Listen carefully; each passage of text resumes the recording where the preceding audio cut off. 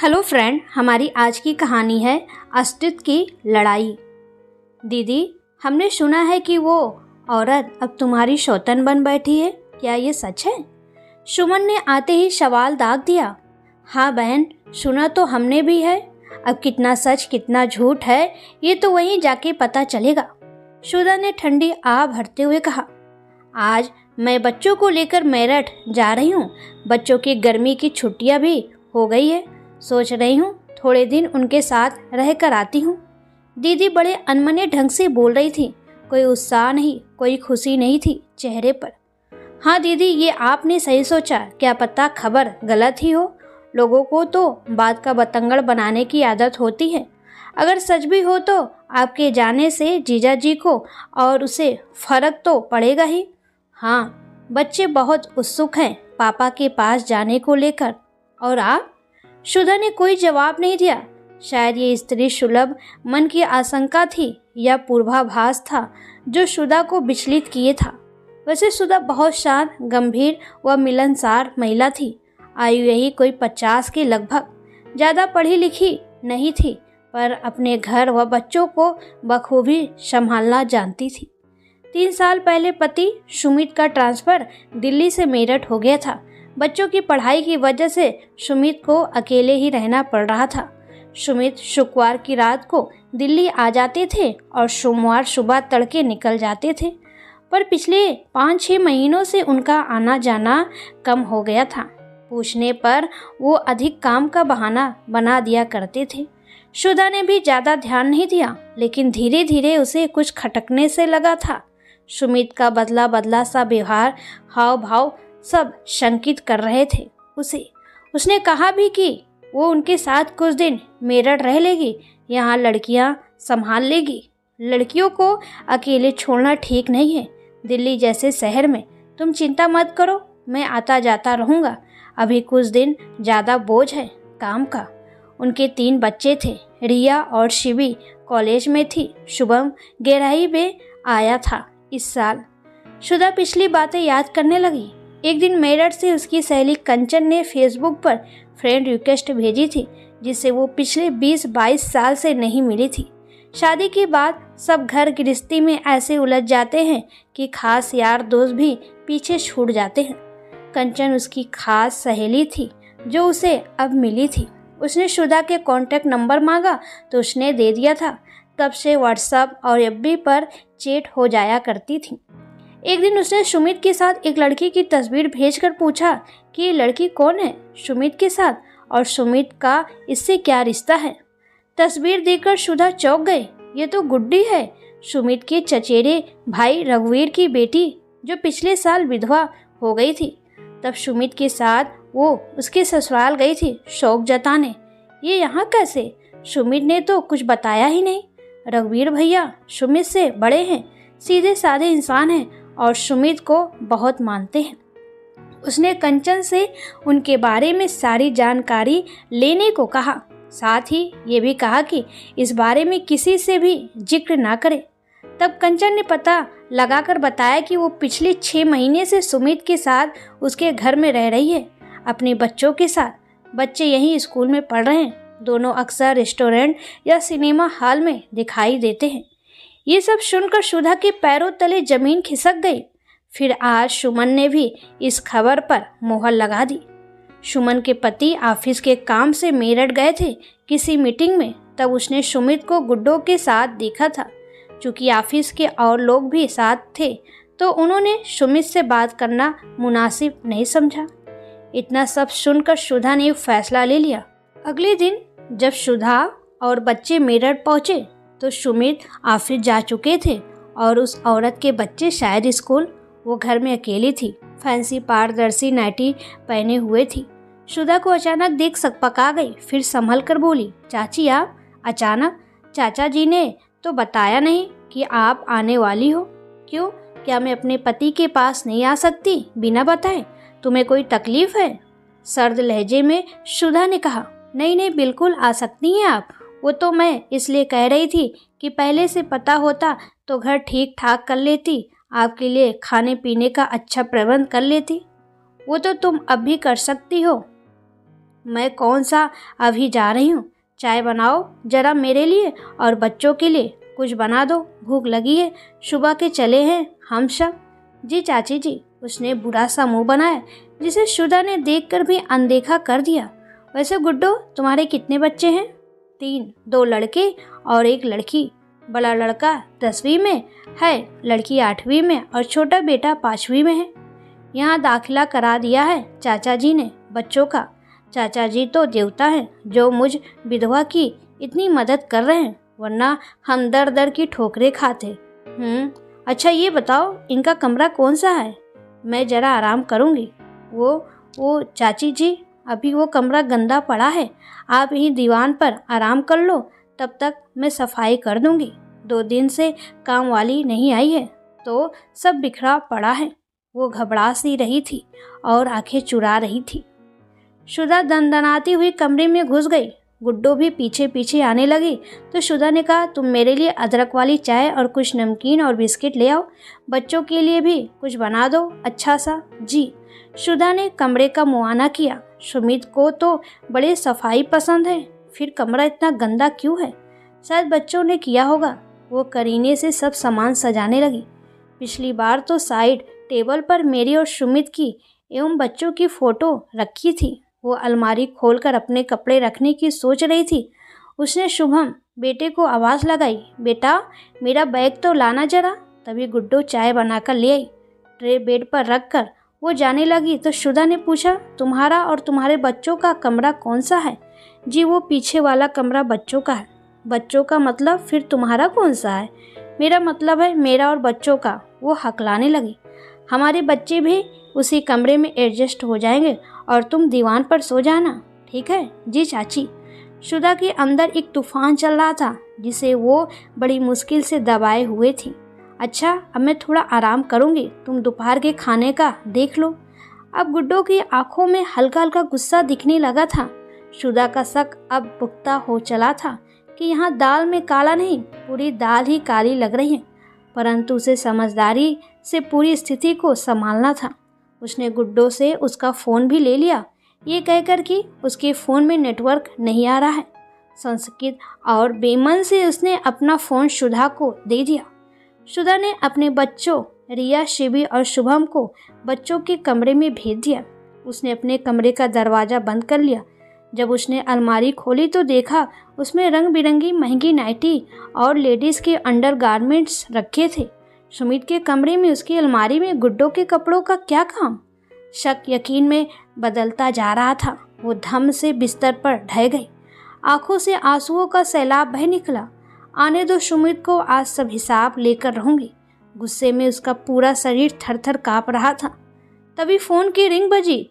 उसके हेलो बोलने के पहले ही उधर से सुमित की आवाज़ आई, डार्लिंग आज क्या लाऊं दोपहर के खाने के लिए? काम वाली तो आई नहीं होगी तो मेरी जान क्या खाएगी आज? तुम्हारी जान खाऊंगी मैं आज। शुदा फ़ोन पर चिल्ला पड़ी। कौन? अच्छा कौन? अब मेरी आवाज़ भी भूल गए? अरे शुदा डार्लिंग, तुम कब आई? तुमने बताया भी नहीं।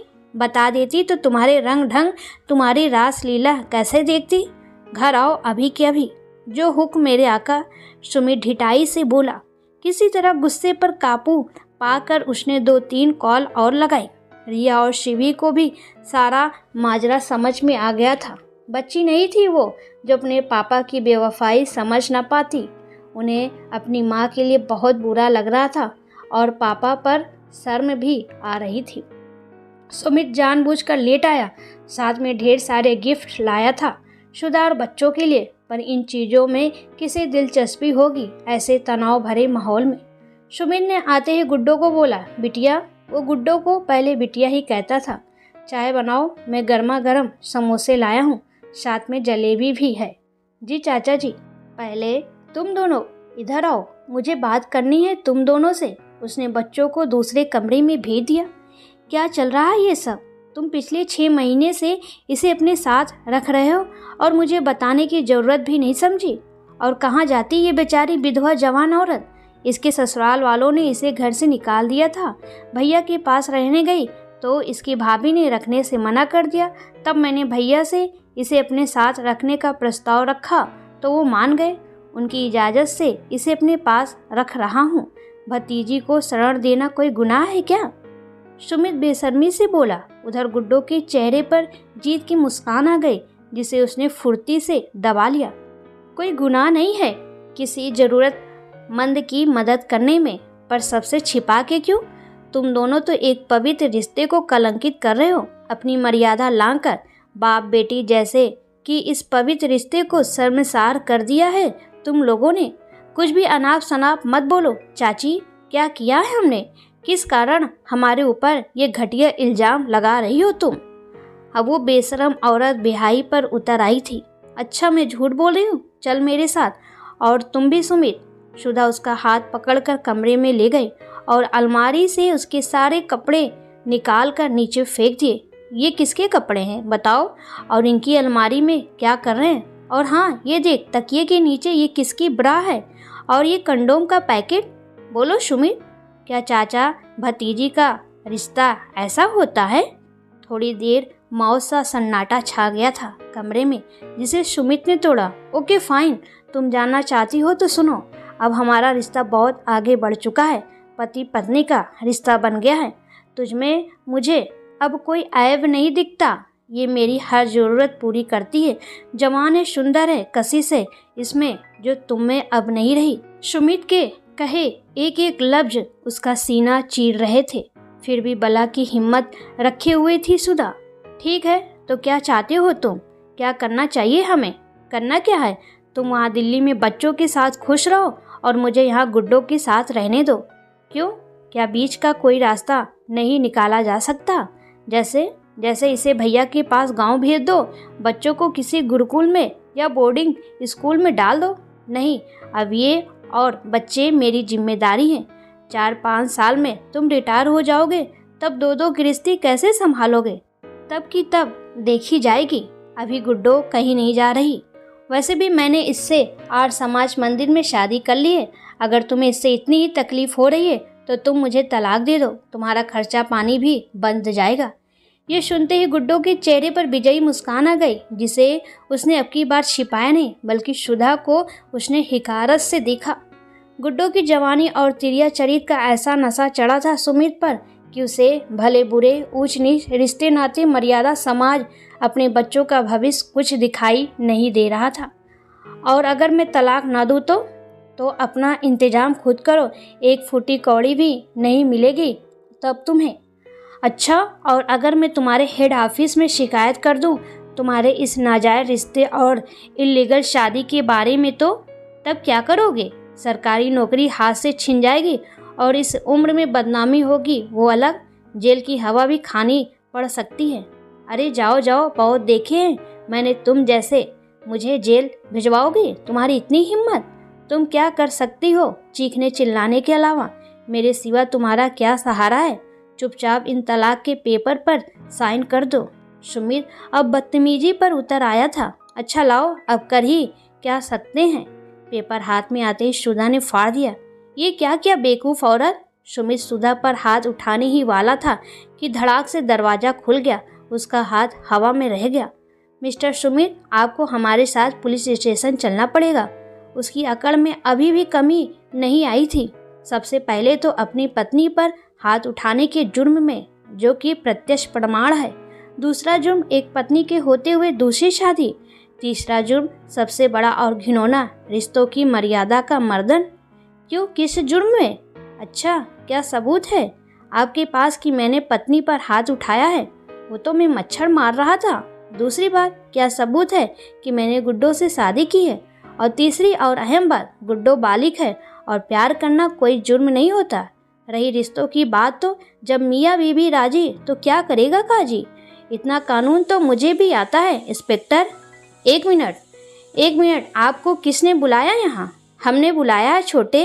इंस्पेक्टर के पीछे बड़े भैया यानी गुड्डो के पिताजी सामने आकर बोले।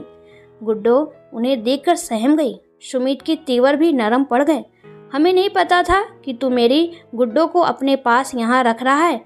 हमें तो लगा था कि ये सुन बहू की छत साया में होगी। हम तुझे कितने दिनों से फ़ोन लगा रहे हैं, पर तेरा नंबर मौजूद नहीं है, ये बताता है। तब हमने किसी से बहू का नंबर लिया, तब तेरी और इस कुलच्छनी की करतूत पता चली तुझे तो मैं, ये कहकर रघुवीर भैया गुड्डू को मारने दौड़े तो शुदा ने रोक लिया। इंस्पेक्टर साहब, ये रही इनकी शादी की तस्वीर और मेरी सर्टिफिकेट जो मैंने आते ही देख ली थी और अपने कब्जे में रख लिया था। तभी इंजीनियरिंग डिपार्टमेंट के हेड भी आ गए। सारा मामला जानने के बाद उन्होंने कहा कि इस मामले की इंक्वायरी बैठेगी, तब तक के लिए मिस्टर सुमित को सस्पेंड किया जाता है और आगे की कार्रवाई होने तक जेल की सज़ा सुनाई जाती है। सुमित ने कातर निगाहों से पत्नी की तरफ देखा तो उसने निगाहें फेर ली। बच्चों की आंखों में अपने लिए नफरत देख सुमित बहुत शर्मिंदा हुआ, पर शुदा कठोरता से अपने निर्णय पर अड़ंग रही। ऐसे आदमियों को सबक तो मिलना ही चाहिए।